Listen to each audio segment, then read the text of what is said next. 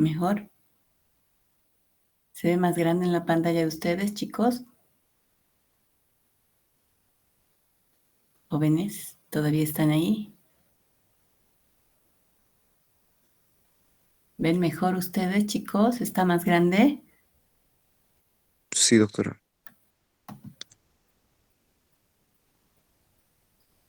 Ya, ahora quiero que me digan, aquí yo en mi pantalla veo 2 punteros, ¿ustedes ven solo uno? Solo una, doctora.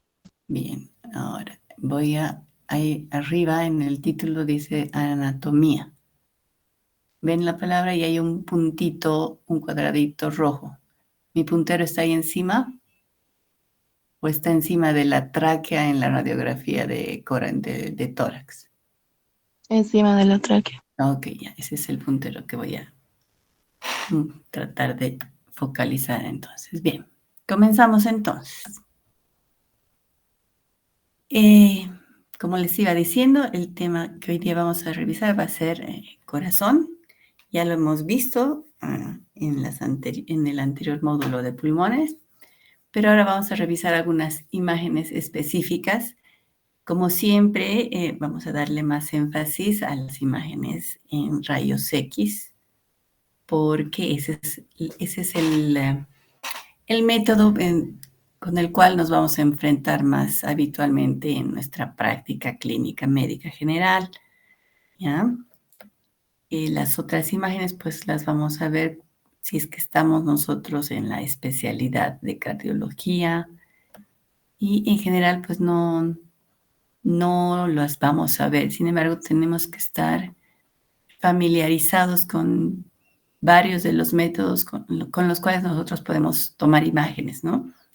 La radiografía de tórax, como siempre, es nuestro caballito que nos ayuda a comenzar, ¿no es cierto? Entonces, y como la sacamos en todas partes, necesitamos saber valorar como mínimo la imagen de un corazón normal, ¿no es cierto? Las imágenes que están desplegadas aquí, la primera, anatomía normal del néter, ya la hemos visto. Aquí abajo la segunda, la silueta cardiomediastínica normal, ya la hemos visto en las anteriores clases varias veces. Lo propio el corte coronal en una tomografía con contraste con la imagen aquí. No se olviden, este es un niño, la imagen del timo, que puede estar ahí. Siempre tenerla en cuenta porque nos puede engañar con un falso ensanchamiento del mediastino superior y una alteración cardíaca que no existe. Y tenemos aquí el esquema de dónde se encuentran las cosas de nuestra anatomía clásica, ¿no es cierto? Nosotros no las vemos, en general todas, pero están ahí.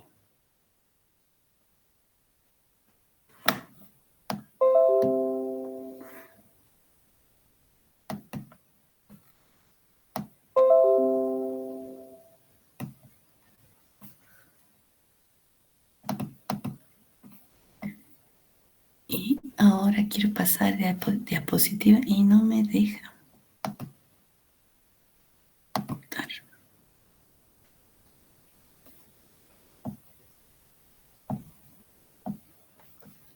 ¡Qué tortura!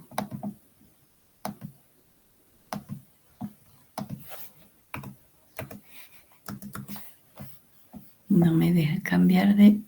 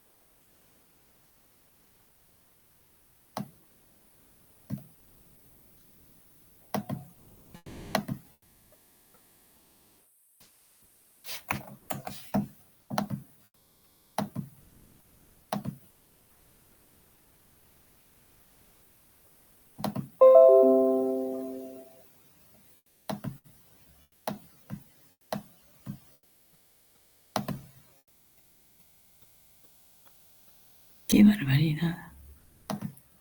Ahora sí se cambió, doctora. Sí, pero ¿me están viendo todavía? Chicos, ¿me escuchan? Sí, ¿Me sí, están, se me están escucha. viendo todavía? Ujú. Sí. No tengo puntero ahora. Pero la pantalla está chiquita de nuevo. Quiero ver si puedo cambiar de diapositiva. No me permite aquí mis herramientas. No hay herramientas.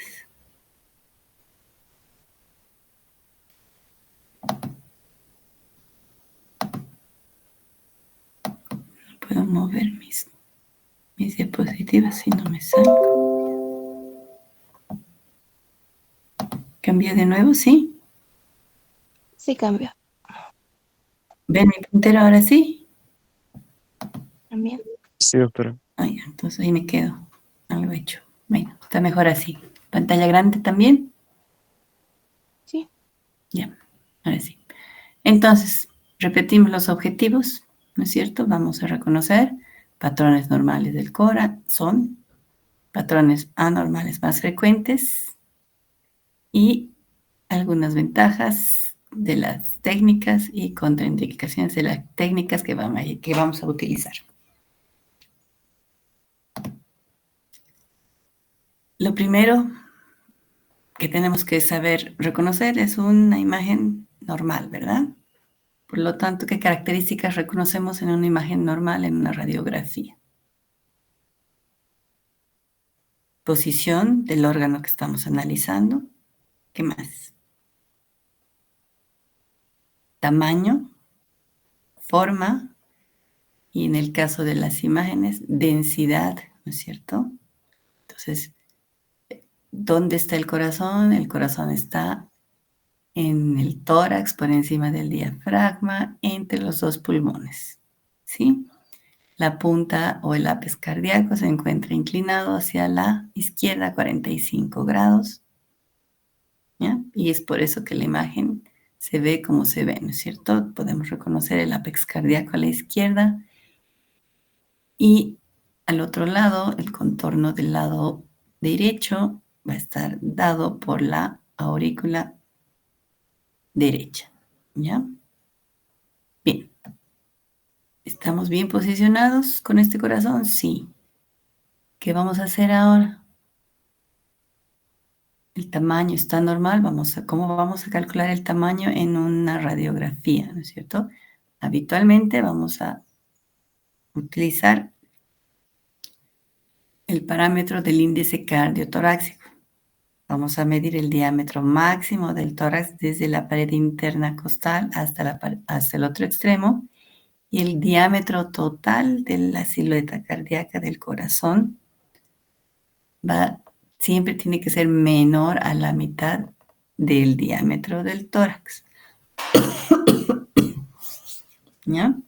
Sabemos que la silueta cardíaca tiene un contorno irregular, por lo tanto, para poder sacar el diámetro máximo del corazón, vamos a poner esta línea aquí a la mitad y sacamos el diámetro máximo que sacamos para esta convexidad que no está a la misma altura que el sitio más alejado del lado izquierdo. Y luego sumamos y hacemos la división, ¿no es cierto?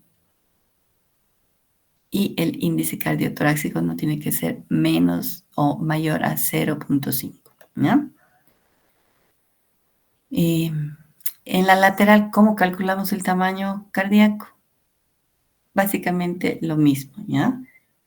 La mitad del diámetro anteroposterior de la radiografía de tórax, ¿ya? El corazón tiene que estar situado en la mitad o por delante de la línea anterior.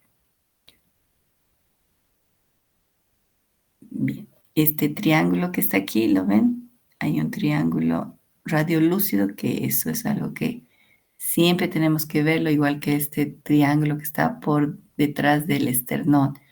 Son extensiones del pulmón que están como abrazando al corazón, envolviéndolo con sus manitos, ¿no es cierto?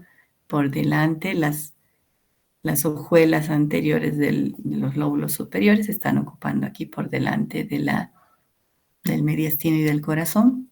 Y por aquí se insinúan también otras hojuelas de los pulmones de ambos lados, entre la columna y la pared posterior del corazón, ¿ya? Es tejido pulmonar normal, que siempre tiene que verse radiolúcido. ¿Ya? Si está ocupado, por ejemplo, por el corazón, sabemos que hay alguna alteración cardíaca. O si está obliterado por otro tipo de densidad, también es patológico. No olvidarse de esos sitios que en la radiografía posterior anterior no se ven, ¿ya? Por superposición de estructuras.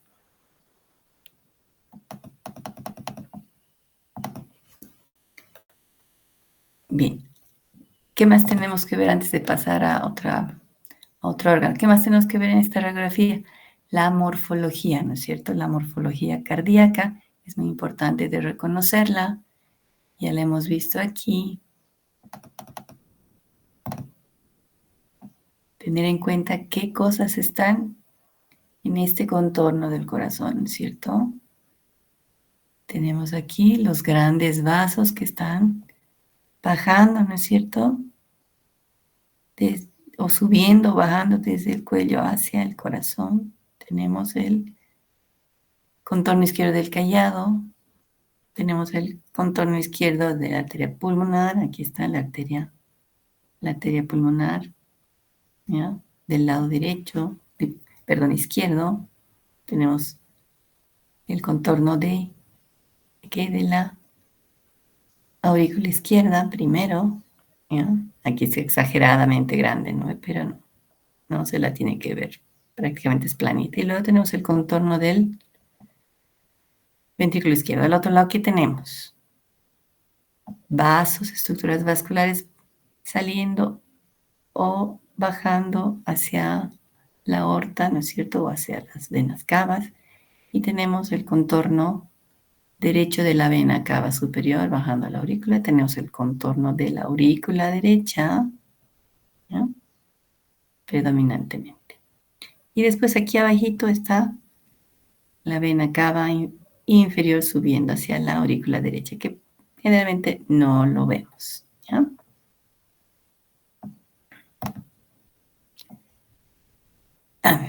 Perdón, retornamos aquí. Entonces, esos son los contornos, ¿ya? Y como pueden ver, los corazones, dependiendo del tipo constitucional de cada persona, la edad, el peso, se va a ver un poquito diferente siempre, pero tenemos que reconocer dónde están las cosas, ¿ya? En este paciente, por ejemplo, este paciente es más delgado, sin embargo, tiene todo ahí, no es que esté alterada su silueta cardíaca, ¿ya? Entonces, la densidad, que sería la última característica que hacemos con la densidad, de qué tejido está formado el corazón. Tiene músculo, ¿qué más tiene? El pericardio, tejido conectivo, es un órgano hueco, pero está relleno siempre de sangre. Por lo tanto, tenemos que ver siempre densidad de parte blanda, ¿ya? Se tiene que ver blanco el corazón, no tan blanco como el hueso, pero se tiene que ver blanco. ¿Qué más tenemos? Superposición de estructuras. Tenemos que tener en cuenta que hay superposición de estructuras, ¿ya? La columna que está por detrás. Tenemos superposición de estructuras que están llenas de aire, como la tráquea, que le van a dar en superposición algunas densidades aéreas, pero tenemos que reconocer las morfologías de estas densidades aéreas para reconocerlas como normales de la superposición de la tráquea y sus ramas, ¿ya? Porque también puede haber un neumopericardio que vamos a verlo después, ¿ya? Bien. Entonces, importante esas 4 características, reconocerlas siempre, valorarlas para verificar que todo esté bien. Y en todo caso, en todos los órganos que nosotros vemos tenemos que evaluar las 4 características, ¿ya? Siempre. Nos vamos a ir entonces a ver los ilios pulmonares, cómo se ven los ilios pulmonares normales, cómo deberíamos verlos en una imagen, ¿ya? Los ilios, ¿qué tamaño tienen que tener? ¿No es cierto? qué forma tienen que tener, en dónde están, en qué lugar deberían estar, ¿no es cierto? Y qué densidad. ¿De qué están hechos los cilios pulmonares, chicos? ¿Qué tejidos, qué estructuras están conformando las imágenes de los cilios? Hay bronquios, hay arterias, hay venas pulmonares, arterias pulmonares, venas bronquiales. Pasan linfáticos, hay grasa y tejido de sostén para mantener juntas esas estructuras, ¿no es cierto?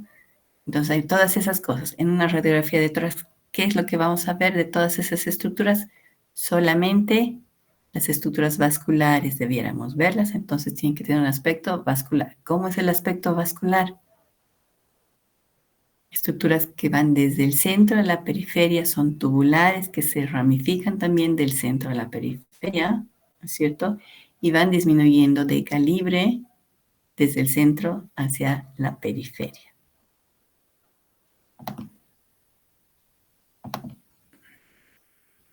¿Ya? Esa es la morfología. ¿Y cuál es el tamaño? Perdón, ¿dónde tienen que estar? Tienen que estar en el tercio medio de los campos pulmonares, ¿ya?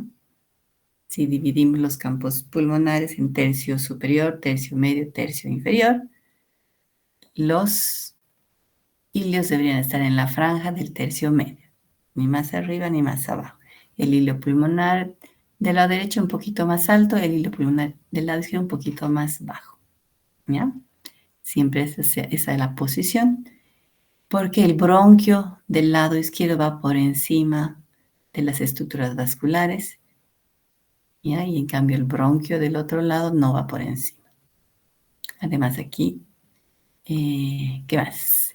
Tenemos que ver el tamaño no solamente en longitud, ¿no es cierto? Que hemos hablado que no puede ocupar más del tercio donde debería estar ubicado el hilo. También tenemos que ver el tamaño transversal para decir si los hilos están grandes, están mal situados, ¿no?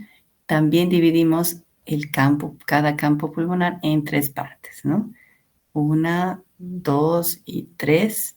Y vamos a ver que el hilo no debiera ir más allá del tercio que se encuentra pegado a la silueta cardíaca o al mediastino, ¿ya? Ese es el tamaño. La forma ya lo hemos visto y la densidad tiene que tener densidad ¿de qué? De líquido. ¿Cómo se ve el líquido o la sangre? ¿Qué densidad tiene en una radiografía? Tiene que ser blanco, ¿no es cierto?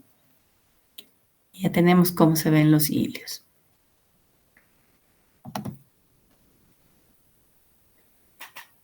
El corazón normal, otra vez, ya lo hemos visto. Vemos los hilios pulmonares del corazón normal. Y vemos cómo si dividimos en 3 este diámetro, el hilio no debe ir más allá del tercio que está pegado al mediastino, ¿ya? Si medimos aquí, tiene que estar en tercio superior, tercio medio, tercio inferior, ¿ya? Bien. ¿Qué más? Eso refiriéndonos a la estructura cardíaca, ¿ya? ¿Por qué? Porque es importante tener una idea de las proporciones. Y en la patología cardíaca, pues las estructuras vasculares que van a ir o salir del corazón van a cambiar dependiendo qué patología tenga el corazón. La vasculatura pulmonar va a variar, ¿ya? Va a disminuir o va a aumentar. Depende de la patología cardíaca, por eso es importante también reconocer el patrón vascular pulmonar cuando uno está analizando la imagen del corazón, especialmente la imagen patológica, ¿no? Bien, aquí tenemos una ubicación de dónde están las cavidades, que ya hemos hablado un poquito hace un rato, ¿no es cierto? Pero este es un corte de tomografía, así se ve el corazón en detalle.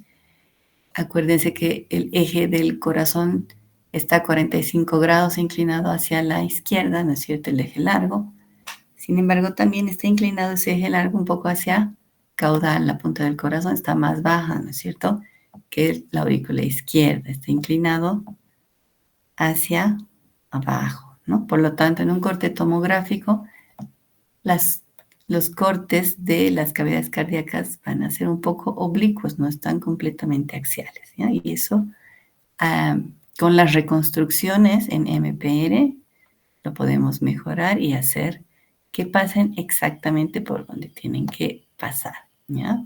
Sin embargo, a grosso modo tenemos estos cortes cuando estamos en tomografía, ¿ya? Aquí adelante vamos a ver los ventrículos, si estamos haciendo cortes coronales sobre el eje corto del corazón, ¿ya? A la mitad del corazón vamos a ver los ventrículos, ¿ya? Y más atrás las aurículas. La aurícula derecha está adelante, por lo tanto, en una radiografía solo vamos a poder ver su contorno más lateral. Y la aurícula izquierda queda justo por delante de la columna. No la vamos a ver nunca en una radiografía normal, ¿no? Se ve mi puntero, ¿no? ¿Ve que estoy apuntando a la imagen pequeñita del costado? ¿Sí, chicos? ¿Están despiertos todavía ahí? Sí, doctora. Sí, doctora. Entonces, la aurícula izquierda, cuando está de tamaño normal, no la vemos en una radiografía nunca, está escondida por superposición. Sin embargo, cuando crece mucho, ahí sí vamos a poder apreciar la aurícula izquierda en una radiografía normal y tenemos que aprender a reconocerla, ¿ya? Especialmente en la radiografía de tórax, la vemos, ¿no es cierto? Queremos valorar aurícula izquierda en una radiografía de tórax, no tenemos tomografía. ¿Qué tenemos que hacer? Radiografía lateral de tórax, ¿ya? ¿Por qué? ¿Por qué, chicos? Que aquí estamos viendo contorno posterior de aurícula izquierda, libre aquí, corazón es solamente en la mitad anterior del campo, triángulo despejado, el triángulo, ¿ya? Bien. Eso para la anatomía. Nos vamos a la siguiente. Esta es una tomografía, entonces, así vemos el corazón. Tabique interventricular más gordito, el ventrículo izquierdo es bien musculoso, ¿no es cierto? Y tabique interventricular más delgadito, completo. No hay comunicaciones entre la izquierda y la derecha, entre cavidades izquierdas y derechas. Bien. ¿Qué métodos tenemos nosotros entonces para analizar el corazón? Ya les había adelantado, hay varios métodos, no todos los vamos a ver nosotros ahora con detalle. Tenemos la ecografía, este es un corte en el eje largo axial del corazón, donde vamos a ver una cruz aquí, tabique interventricular, tabique interauricular y las válvulas atrioventriculares, tanto del lado izquierdo como del lado derecho, ¿ya? Esta es una resonancia magnética. La resonancia magnética antes no la utilizabas mucho para ver corazón, porque las secuencias de pulso que tenemos son largas, duran más de 30 segundos, la más corta, por lo tanto no podemos con el artefacto del movimiento cardíaco. Sin embargo, ahora hay equipos más rápidos, más modernos, secuencias más rápidas e incluso podemos hacer secuencias de cine que son muy interesantes para analizar funcionamiento y volúmenes de eyección y etcétera del corazón, ¿ya? La tomografía, también tenemos varias cosas que podemos hacer con tomografía en corazón, no solamente la anatomía a detalle, tenemos equipos o hay equipos que se puede hacer a la velocidad de un solo latido, sacar la imagen de todo el corazón, ¿ya? Y con eso eliminamos el artefacto de movimiento cardíaco. Esos todavía no tenemos en Cochabamba, hasta donde yo sé. Sin embargo, los equipos que tienen de tomografía de 64 cortes para arriba pueden hacer imágenes cardíacas para hacer valoración de muchas cosas. Lo que hacemos es al momento de adquirir la imagen y en general pues lo hacemos en En 4 segundos, en 3 latidos, nosotros barremos corazón y adquirimos las imágenes. Lo que hacemos es coordinar la adquisición de las imágenes junto con el latido cardíaco y las adquirimos solamente en los momentos de reposo del corazón, ¿ya? Se pueden sacar las imágenes tan rápidas que en el momento de diástole mayor nosotros disparamos y adquirimos una parte. Y luego volvemos a adquirir en la siguiente diástole y en la siguiente diástole. Y así tenemos una imagen muy linda del corazón estático, ¿ya? Podemos hacer muchísimas cosas muy lindas. Cardiotac, aquí en Cochabamba tenemos varios hospitales, incluyendo nuestro querido seguro universitario, que podemos hacer imágenes cardíacas. Con tomografía, tenemos la ecografía. La ecografía es el primer método convencional que está indicado para la evaluación de una patología cardíaca. Lo primero que se hace es ecografía. Ese es igual que para vesícula, para patología vesicular, sí o sí es ecografía, también para corazón. ¿Por qué? ¿Por qué será eso, chicos? Especialmente para el corazón. Estamos hablando de que el corazón se mueve, no es estático, ¿no es cierto? Entonces, valorar los fenómenos en la morfología de un órgano que está en movimiento es muy difícil con imágenes estáticas. Por lo tanto, tenemos que tener una valoración dinámica, que eso nos lo da la ecografía porque se hace en tiempo real. Vemos imágenes en tiempo real durante el movimiento, ¿ya?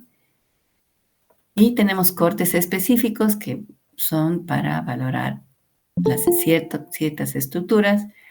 Tenemos equipos de ecografía que son especiales para hacer ecocardio. No todos los equipos tienen los presets para hacer ecocardio. Son equipos que tienen que ser los de más alta gama, porque si no, tampoco se puede hacer, ¿ya?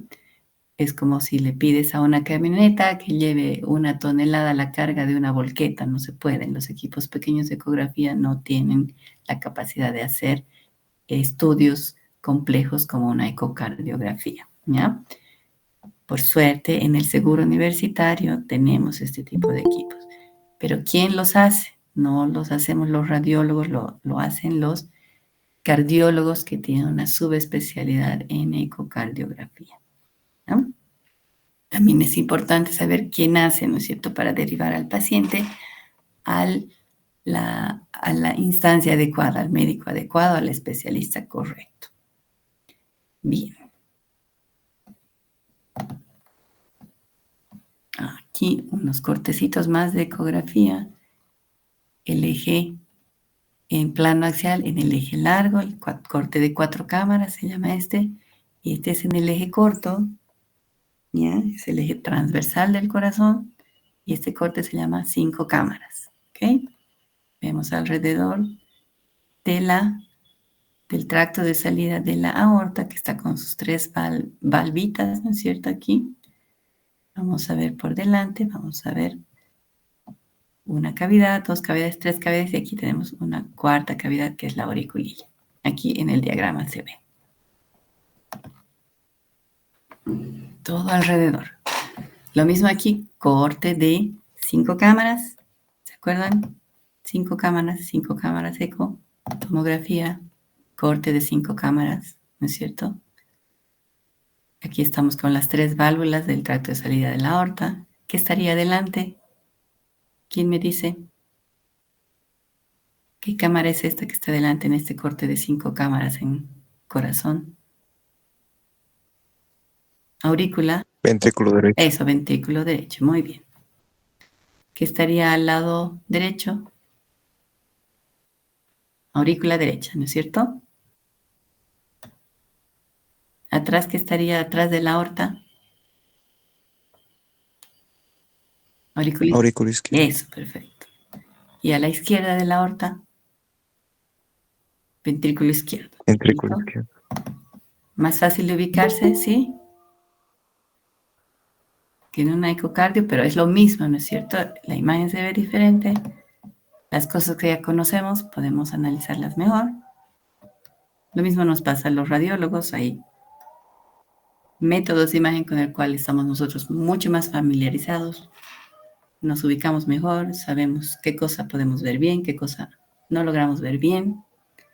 Y a veces, dependiendo en cuál método de imagen nosotros somos más expertos, pues elegimos para hacer mayor caracterización o mayor investigación de alguna cosa, elegimos el método que nosotros manejamos mejor, ¿ya?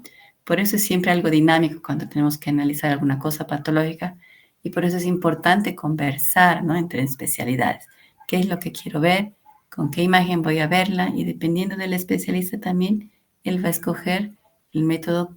Uno, te va a dar un consejo de con cuál método se vería mejor y segundo, también te va a dar un consejo respecto a qué método él, como persona particular, especialista particular, puede resolverte mejor, ¿ya? Entonces es importante comunicarse, ¿no?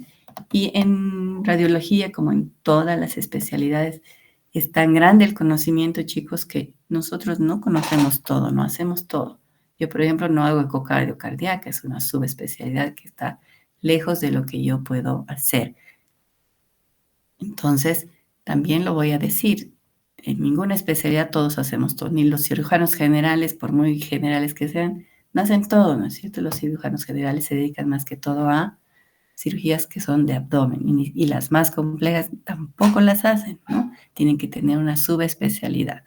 No van a entrarse a operar recto, ni un desgarro de esfínter anal, un cirujano general no debiera. Entonces, hay muchas cosas que son de especialidad y de subespecialidad hay otras muchas cosas más, ¿ya? Entonces, tenemos que tener en cuenta este punto siempre cuando pidamos consejos a los especialistas, ¿ya? Y siempre cuando uno es especialista tiene que tener ¿cómo se llama? No voy a decir humildad, ¿no? Pero tiene que tener la capacidad y el conocimiento suficiente como para reconocer qué es lo que puede hacer bien y qué es lo que va más allá de lo que él puede hacer bien, ¿no es cierto? Si somos especialistas, es garantizado que hacemos las cosas bien, ¿no es cierto? Si no, no tendríamos un cartón.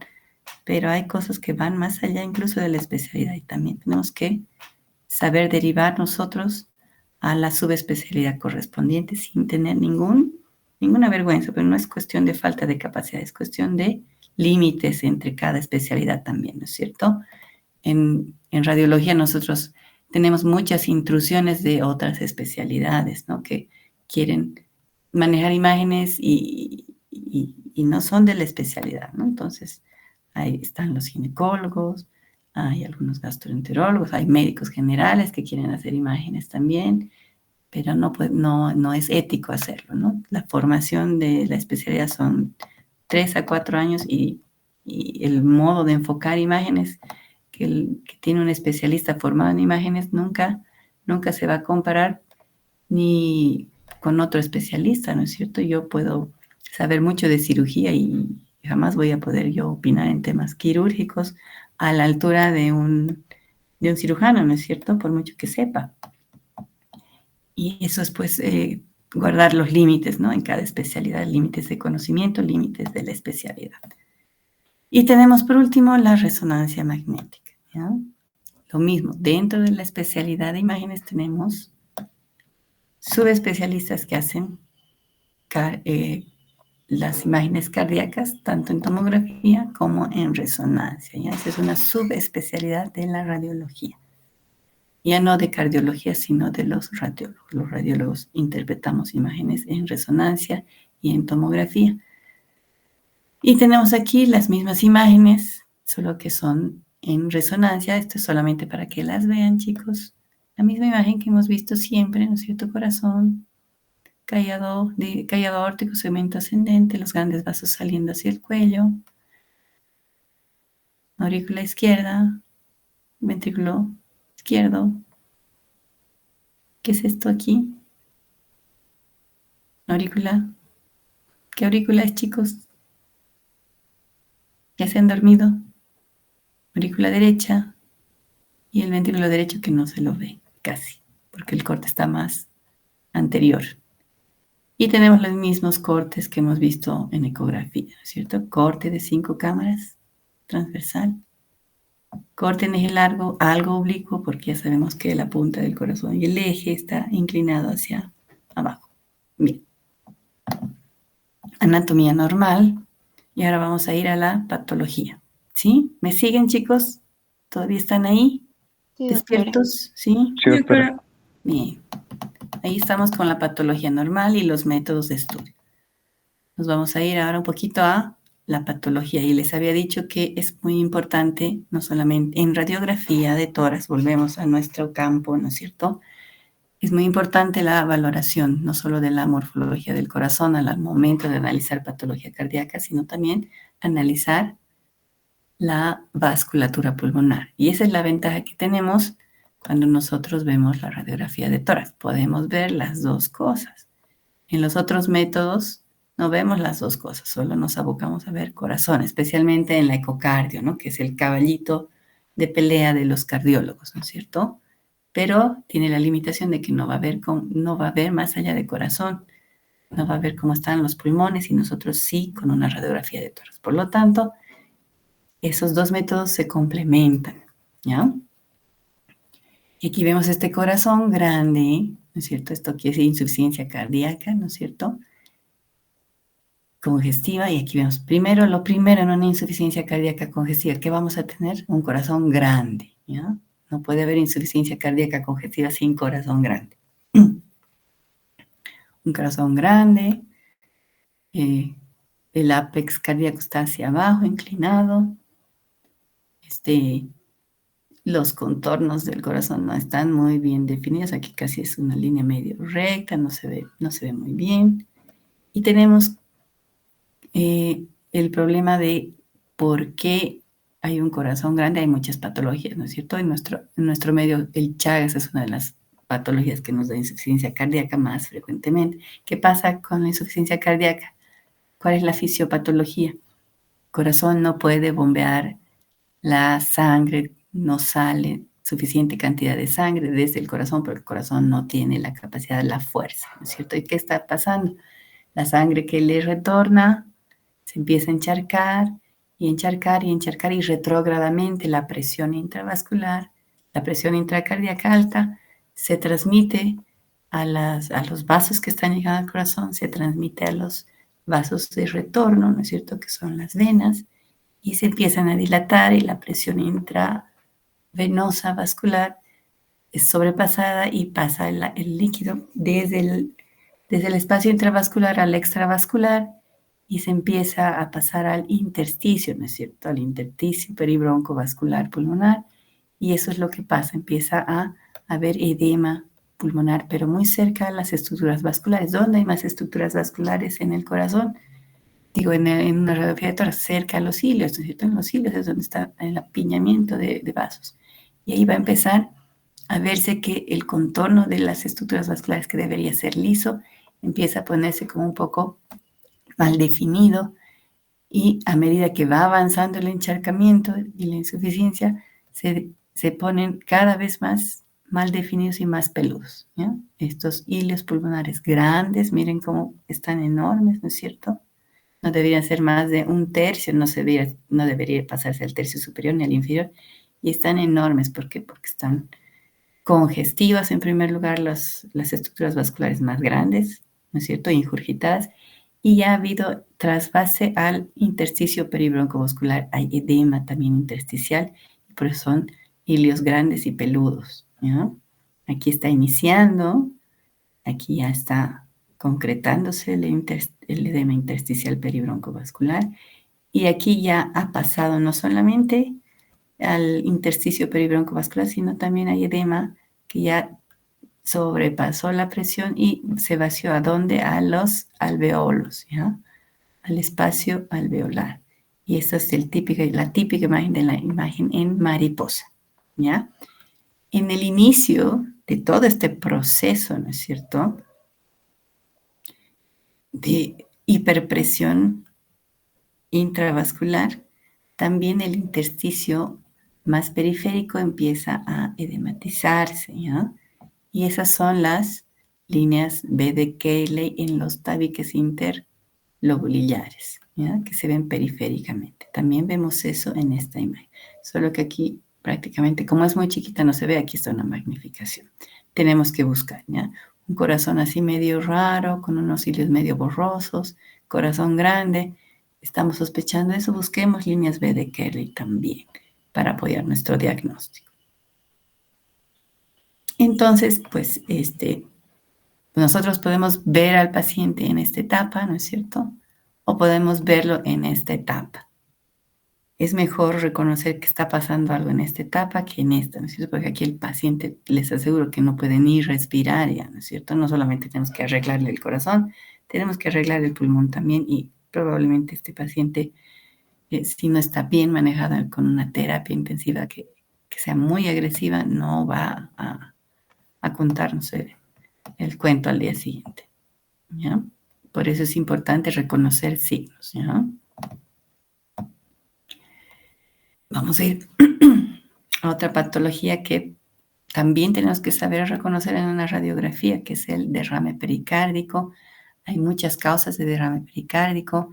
Una de ellas es obviamente la insuficiencia cardíaca, las alteraciones electrolíticas, infecciones, las pericarditis infecciosas, hay pericarditis inflamatorias en las enfermedades reumatológicas. Entonces tenemos que saber reconocer también de dónde vienen, ¿no?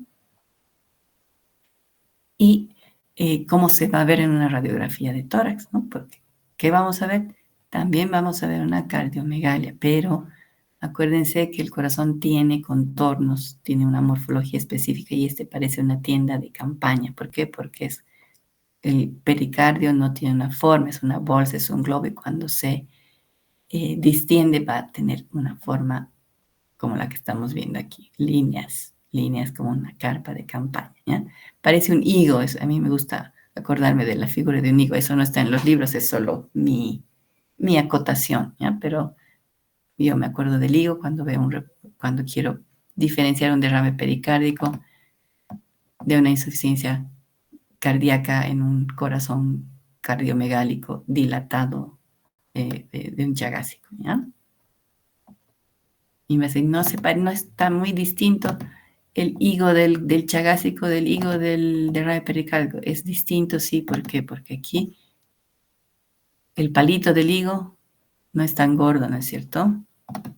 El palito del higo es delgadito, ¿ya? Y eso lo diferencia, porque acuérdense que en la insuficiencia cardíaca hay una ingurgitación por la hiperpresión del espacio intravascular. Entonces también hay un mediastino más ensanchado. En cambio, en el derrame pericárdico el mediastino no está ensanchado, ¿ya?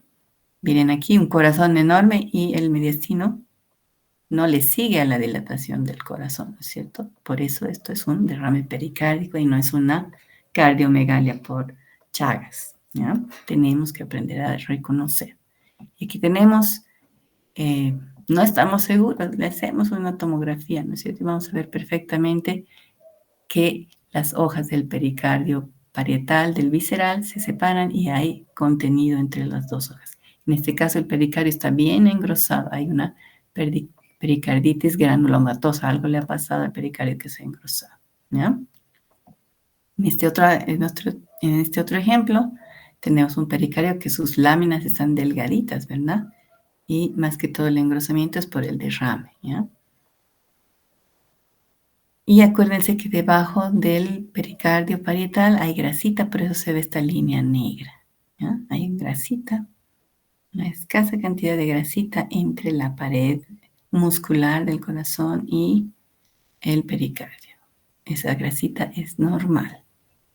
Y aquí tenemos la imagen nuevamente, ¿ya? Derrame pericárdico. El derrame pericárdico que puede ser restrictivo o bien puede volverse constrictivo. ¿Qué quiere decir constrictivo? Que no le está permitiendo al corazón ya en diástole inflarse lo que tiene que inflarse con sangre para volver a bombear, ¿no es cierto? Y puede terminar en una insuficiencia cardíaca restrictiva porque está ocupando tanto espacio el derrame que no le permite al corazón ya dilatarse para funcionar. Bien.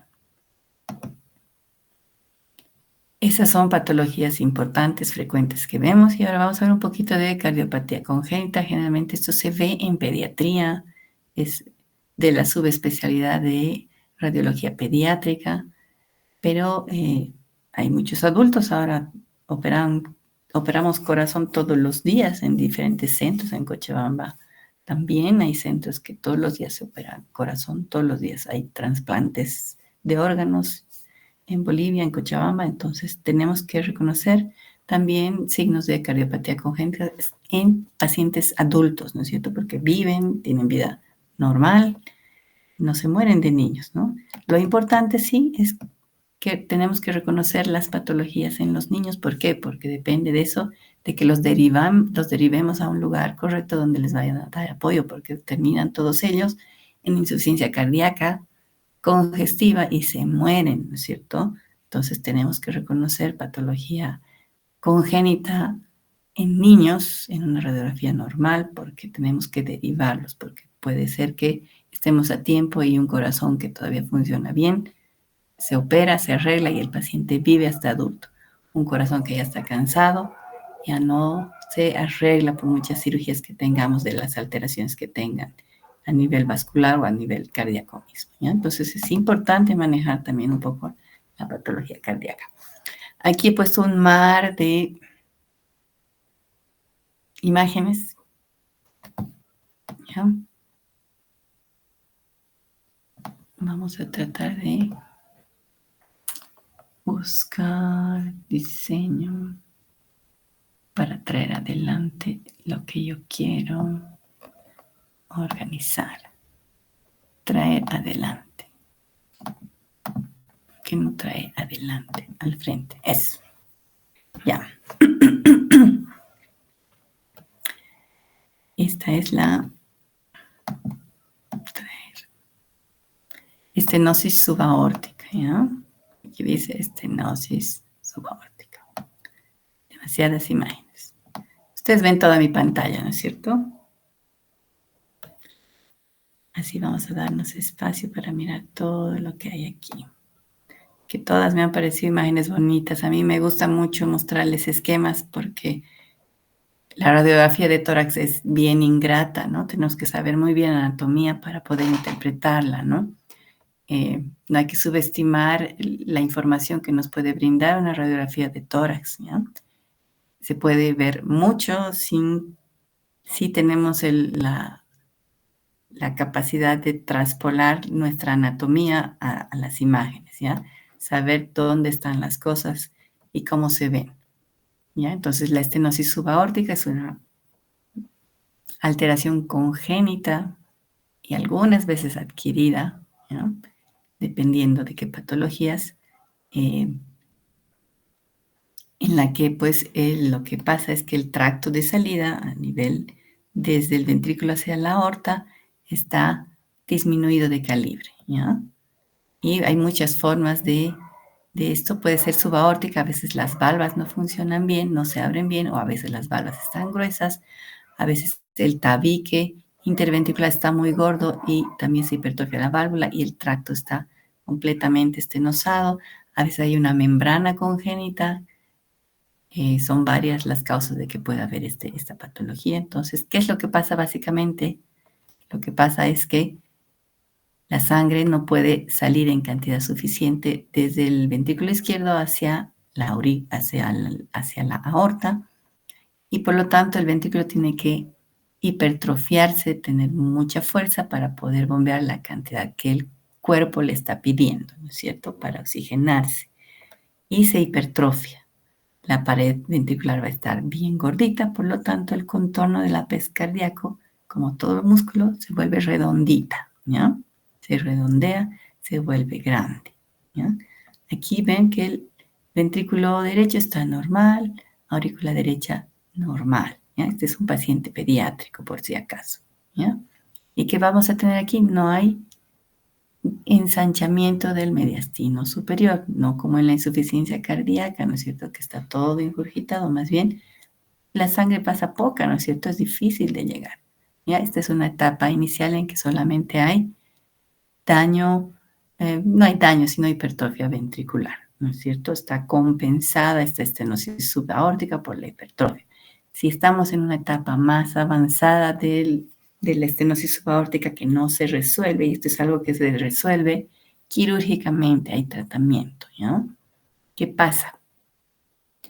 El corazón se hipertrofia tanto que la cavidad que tiene para recibir el volumen que tiene la capacidad de recibir y el volumen normal del ventrículo disminuye tanto que ya no puede ni siquiera con tanto músculo bombear la cantidad necesaria porque no tiene capacidad volumétrica, ¿no es cierto? Tiene una fuerza fantástica, pero no hay volumen de todas maneras. Entonces, ¿qué pasa? Se empieza a estancar igual la sangre, ¿no es cierto? Y empieza a crecer el lado derecho, porque se va acumulando la sangre que no puede bombear el corazón. ¿Ya? Entonces, las imágenes en radiografía van a ser distintas dependiendo de la etapa, si estamos en una etapa compensada o en una descompensada. No tengo una radiografía de una descompensada, pero vamos a imaginar, ¿no es cierto? Vamos a tener una aurícula derecha más grande, un ventrículo derecho más grande. Probablemente va a haber ensanchamiento del mediastino superior por venas. Entonces, es importante que nosotros tengamos aporte respecto a la clínica del paciente, ¿no es cierto? Un paciente que no está disneico, un paciente que no esté complicado, muy complicado clínicamente, ¿no es cierto? Y tenemos esta imagen, es concordante, ¿no es cierto? Pero con esta imagen no vamos a tener, en una fase de descompensación, no vamos a tener un paciente que está bien, ¿no es cierto? Es importante el aporte del clínico que nos refiere el estudio que tenemos que hacer al paciente para que nosotros podamos también definir e interpretar qué cosa está aquí pasando, ¿no es cierto? Lo propio sucede cuando hay una patología del ventrículo izquierdo, ¿ya? Digo, del ventrículo derecho, ¿no es cierto? El ventrículo derecho también se puede hipertrofiar, ¿no es cierto? Y va a haber un daño y hay una fisiopatología, ¿no es cierto? Cuando hay un daño del ventrículo izquierdo, ¿no es cierto? ¿Qué pasa? Se transmiten las presiones a las otras cavidades, ¿ya? Entonces, dependiendo la fase de descompensación en que esté, vamos a ver contornos cardíacos diferentes, ¿no es cierto? No los clásicos. Y eso es importante tenerlo en cuenta al momento de analizar una imagen radiológica. Otra patología congénita, la tetralogía de Fallot. ¿Se acuerdan de embriología? Yo dice, ¿para qué me tengo que aprender de memoria esta cuestión? Si no la voy a ver jamás, ¿no? Yo todavía sigo diciendo, ¿no? Pero tengo que aprenderme de memoria y tengo que saber, ¿no? Entonces, ¿cuáles son las 4 cosas que hay en la tetralogía de Fallot, chicos? ¿Y por qué pasan todas estas descompensaciones, todos estos cambios en tamaño, en volúmenes del corazón? ¿Quién sabe? Ahí está el esquema. ¿Quién me puede decir? Aorta cabalgante. ¿Qué más? Estenosis de la pulmonar. Esas son las vasculares. ¿Qué más pasa? Comunicación inter.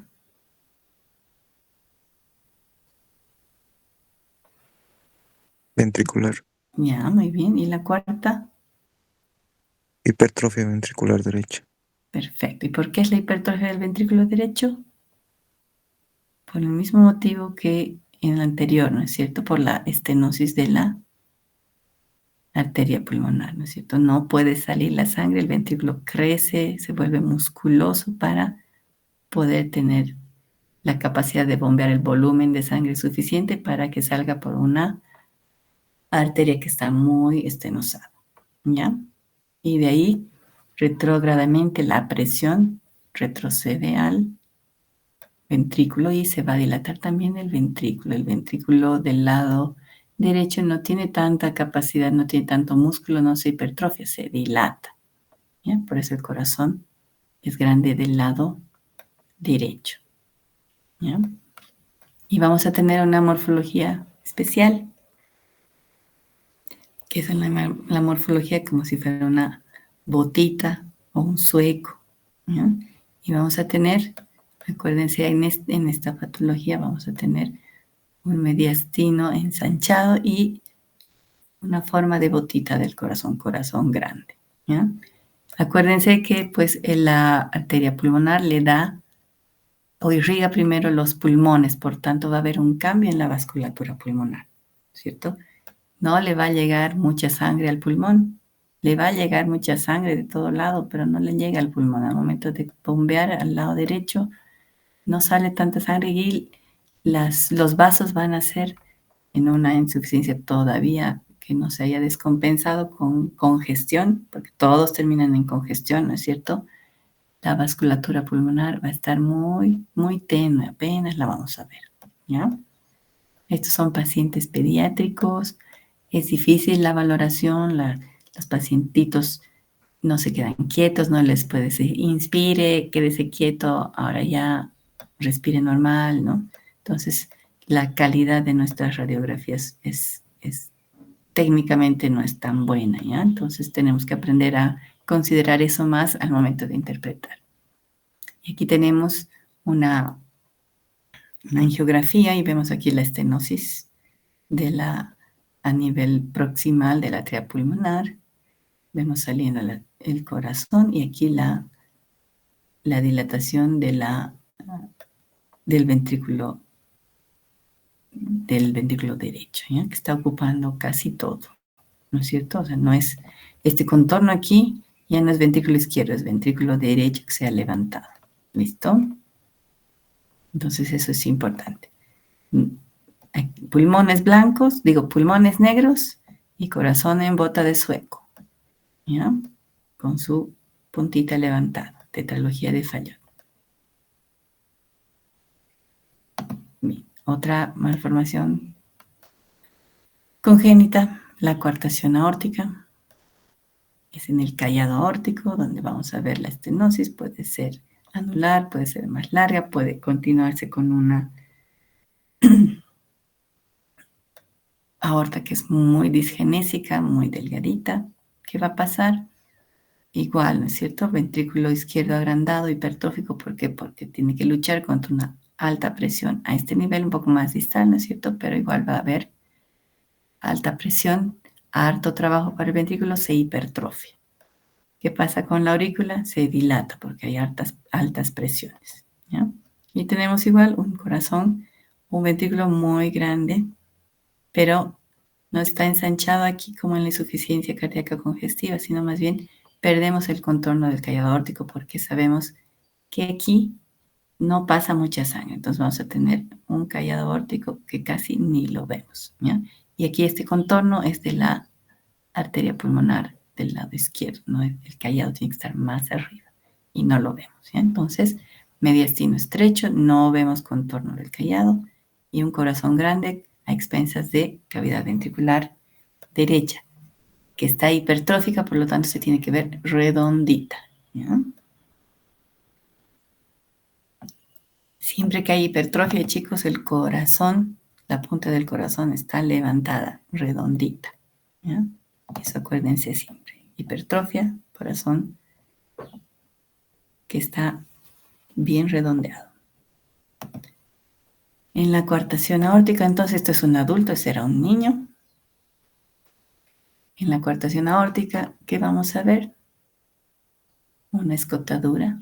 En vez de tener un callado aórtico o un contorno convexo, vamos a ver una escotadura. Y aquí vemos las reconstrucciones, ¿ya? Muchas veces en la radiografía lateral podemos ver el contorno de la aorta, ¿ya? En este caso, este paciente no tiene una coartación, ¿ya? Es un paciente normal. Y en cambio en este sí vemos. ¿Ven aquí que se afila? No sé si ven. Está muy chiquitito, tal vez. ¿Ven la diferencia, chicos, del callado? Este contorno. Y aquí es un contorno delgadito, ¿sí? ¿Lo ven? No sé si se ve. Ya se han dormido. Nadie contesta. Continuamos. Es lo mismo. Y aquí vemos este contorno que se afila. Es el mismo que este de aquí. Lo podemos ver si lo buscamos. En este paciente yo no lo vería muy bien si no estuviera buscando. Ya me tiene que ubicar primero la radiografía antero-posterior. Y aquí vemos qué bonitas imágenes podemos hacer. Esta es una reconstrucción en un corte de reconstrucción nada más y esta es una volumetría. ¿Ya? Estas imágenes made in Bolivia, Cochabamba. Así se ve una coartación aórtica. Se estudia, no solamente vamos a decir, que hay una coartación, está perfectamente claro, ¿no? Tenemos que medir diámetros porque aquí tienen que operar, tienen que poner una prótesis muchas veces, no solamente dilatar. Tenemos que ver el largo de la estenosis, cuánto es el largo del segmento estenótico, qué diámetro va a tener este segmento postestenótico, qué diámetro tiene el preestenótico, para calcular y hacer una prótesis a la medida y que le quede al paciente. Y en el tórax no solo vamos a tener malformaciones en el corazón que nos van a dar una radiografía de tórax alterada, como en este que el corazón está todo hacia el lado izquierdo, sino que en una radiografía tenemos que pensar que estamos dentro de una caja que no es expansible, que está dada por las costillas, ¿no es cierto? Y la columna, que todo es una caja torácica inexpansible. Y las deformidades de esta también pueden traer mal posicionamiento de los órganos que están dentro, tanto las deformidades costales como las deformidades de la columna. ¿Ya? Este es un pectum excavatum. En la AP ni siquiera nos vamos a poder percatar de que hay una deformidad, ¿no es cierto? En las costillas y el esternón. Solamente si hacemos una radiografía lateral vamos a ver el porqué de esta posición, de esta mala posición del corazón, ¿no es cierto? Es la presión y la falta de espacio que existe que está produciendo esta imagen que no es normal, ¿no es cierto? Por eso es tan importante la radiografía lateral. No es una cardiomegalia, miren cómo está. El corazón no está ocupando más allá de lo que tiene que ocupar. Su aurícula no está ocupando el triángulo de aquí de la pulmonar. Solamente es que el corazón está desplazado por la falta de espacio. ¿Ya? Entonces, importante la radiografía lateral siempre para el análisis de las patologías, no solo de las pulmonares, sino también de las cardíacas. Qué feo se ve esto. Vamos a sacarlo de aquí.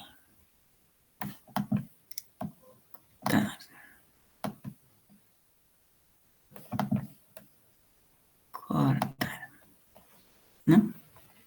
Esta es otra malformación congénita también del tórax, de la caja torácica, el pectum carinatum. Y como no lo vemos, ¿no es cierto? No lo vemos en una posterior anterior, solamente una lateral nos avisa de eso. ¿Ya? ¿Qué más tenemos? Tenemos otras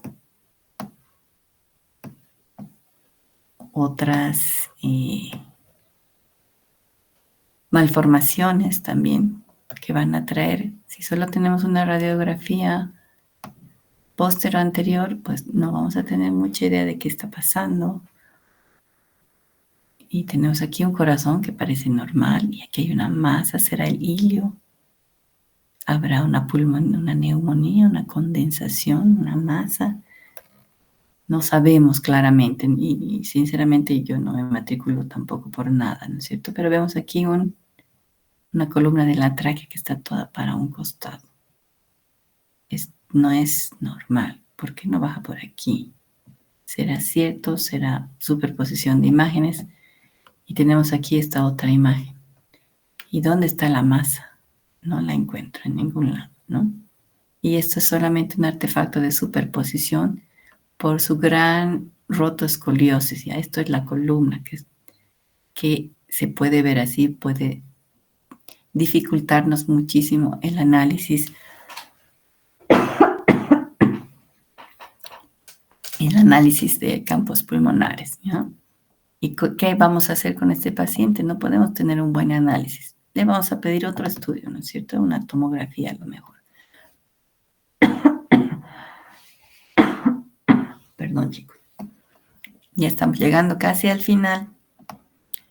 Aguanté con mi disfonía sin toser. Pensé que iba a empezar a toser antes. Bien, último.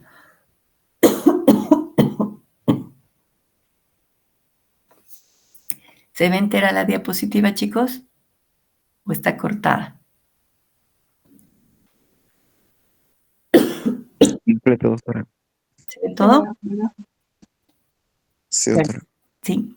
Bien, ustedes también están afónicos. Cada vez los escucho más despacito. O están más dormidos, una de dos. Despierten. Última radiografía, última diapositiva. Aquí está toda la información relevante que ustedes tienen que manejar para poder pedir imágenes diagnósticas en tórax, ¿ya? Perdón, chicos, disculpas. Entonces, la básica, siempre, radiografía de tórax. Después vamos a elegir, ¿ya? Qué cosa es mejor dependiendo qué es el órgano específico que queremos estudiar, qué patología específica del órgano es la que queremos estudiar. No para todo podemos utilizar el mismo método de imagen, no para todo es bueno el método. En general, la tomografía es de las que más respuestas nos da en muchas cosas. Sin embargo, algunas cosas no nos contesta. Dinámicas tenemos que hacerlas con fluoroscopía, como movilidad diafragmática, cuerpos extraños que son radiolúcidos, no los vamos a ver en tomografía. Hay cosas que no se ven en tomografía, tenemos que tenerlas en cuenta. Estas cosas no vamos a encontrar en una tomografía. Siempre hay que comunicarlas. Algunas veces nosotros hacemos tomografías especiales que le hacemos tragar bario al paciente antes de la adquisición, pero para eso tiene que haber comunicación del equipo que trata al paciente, ¿no es cierto? El médico tiene que decir, quiero ver esto, entonces nosotros preparamos a nuestro paciente en la sala de tomografía, le hacemos tomar las cosas que necesitan para poder ver lo que el médico nos ha pedido. Pero si no nos avisa el médico y le hacemos un protocolo habitual, no vamos a ver estas cosas. Entonces, siempre salen mejor nuestros estudios y siempre tienen mejor sensibilidad y especificidad cuando el médico nos dice es exactamente lo que quiere ver. Y algunas veces le decimos con este estudio, no vamos a ver, no importa lo que hagamos, hagamos tal otro. ¿Ya? Es importante la comunicación, el trabajo en equipo, chicos. ¿Ya? Tenemos la resonancia magnética no está a la mano, pero pues nos va a ayudar mucho en patología vascular. Ahora se puede hacer cosas muy lindas. La ecografía es el caballito siempre para la parte de alteraciones cardíacas, pero también nos puede dar muchas soluciones eh, en, en tiempo real también de otras patologías adicionales, ¿no? La broncoscopía es también uno de los pilares, ¿no? Radiografía de tórax, tomografía y broncoscopía, los pilares para neumología específicamente, ¿ya? Entonces tenemos que saber para qué nos sirve. Sabemos que es de diagnóstico y también terapéutico, porque podemos hacer dos cosas, ¿no? Al mismo tiempo. Tomamos biopsias, entonces vamos a ir cambiando a veces empezamos por aquí, que es lo habitual, y a veces comenzamos por aquí, terminamos aquí o terminamos por acá, pero tenemos que ir jugando con los métodos dependiendo de qué es lo que nos vayamos a encontrar. A veces son cosas inesperadas, a veces son solamente confirmaciones de algo ya conocido. ¿Ya? Con eso terminamos entonces, chicos, ya estamos en hora. ¿Preguntas? ¿No hay preguntas? Hay muchas otras patologías cardíacas, congénitas, Hay muchas imágenes para mirar en la parte de cardíaco, pero el objetivo de la clase y de la materia no es que ustedes sean radiólogos, ¿no es cierto?, sino que más bien estén conscientes de los métodos, de cuál tienen que pedir, para qué, ¿no es cierto?, y que estén preparados para ver un corazón normal. No se olviden de esta imagen nunca. Tienen que saber cómo ver un corazón normal. Estas diapositivas del inicio les recuerdo cómo se ve el corazón normal, cómo se calculan las cosas, cómo se valoran los órganos. Les había dicho 4 características que tienen que conocer de cada estructura anatómica que tenemos de cada órgano, ¿no es cierto? Posición, tamaño, morfología y densidad. Y ese ejercicio lo tenemos que hacer no solamente con el corazón y los cilios, sino con cada uno de los huesos que hay en el tórax que podemos ver, con los pulmones, con el diafragma, con todo lo que logramos ver, con la tráquea, ¿no es cierto? La vemos, posición, tamaño, densidad, morfología. Tienen que saber tamaños, tienen que saber aspecto, ¿no es cierto?, para poder decir, está en su sitio, está de tamaño normal, está de forma normal, ¿dónde está? ¿Sí? No olvidarnos de ningún órgano que se pueda ver con imagen de radiografía de tórax. Bien, chicos, con eso terminamos la clase. Que tengan buen fin de semana. Si no hay dudas, me despido yo. Que estén muy bien. Nos vemos el siguiente sábado. Siguiente sábado, ya saben, estudiense un poquito de anatomía de pelvis femenina y vamos a hacer la parte de pelvis y obstetricia, ¿ya? Tal vez la clase sea un poquito más larga. Prepárense para unos 15 minutitos más, ¿ya? Listo, chicos, hasta luego. Que tengan buen fin de semana. Hasta luego, doctora. Gracias. Hasta luego.